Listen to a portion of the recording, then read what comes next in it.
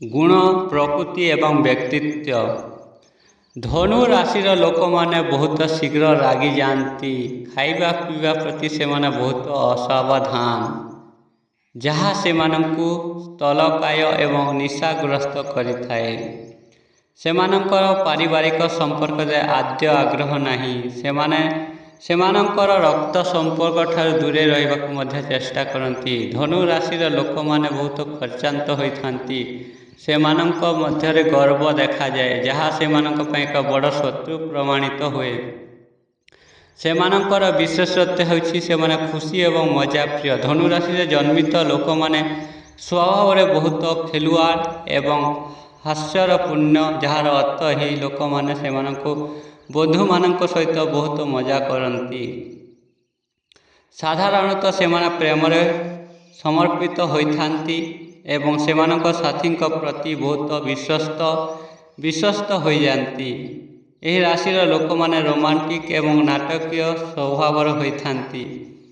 यही लोक मैंने महान प्रेमिक होबाकू आकांक्षा करती, किंतु जेतेबेले सेमाने प्रेम में पड़ती सेमाने केतेबेले बहुत भावप्रवण हो जाती एवं केतेबेले सेमानक संपर्क में बहुत कठोर हो जाती। धनु राशि लोक मैंने बहुत लोकप्रिय, जार सुजोग नहीं सेमाने एककालीन अनेक लोक भल पाती।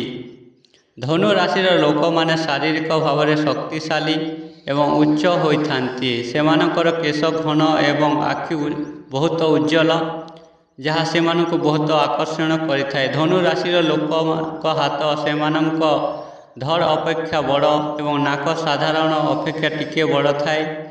यही राशि लोकंकर आगदांत मध्य बहुत बड़ होता है। यही राशि लोक मुह, बाहु, पेट किंबा छाती रे तिल चिन्ह थाए।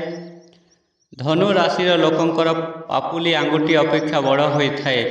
सेमानक हाथ मूलर चौड़ा एवं आंगुठी आड़क संकुचित। सेमानक आंगुठी आंठू किंबा पादरे आघात चिन्ह थाई पारे।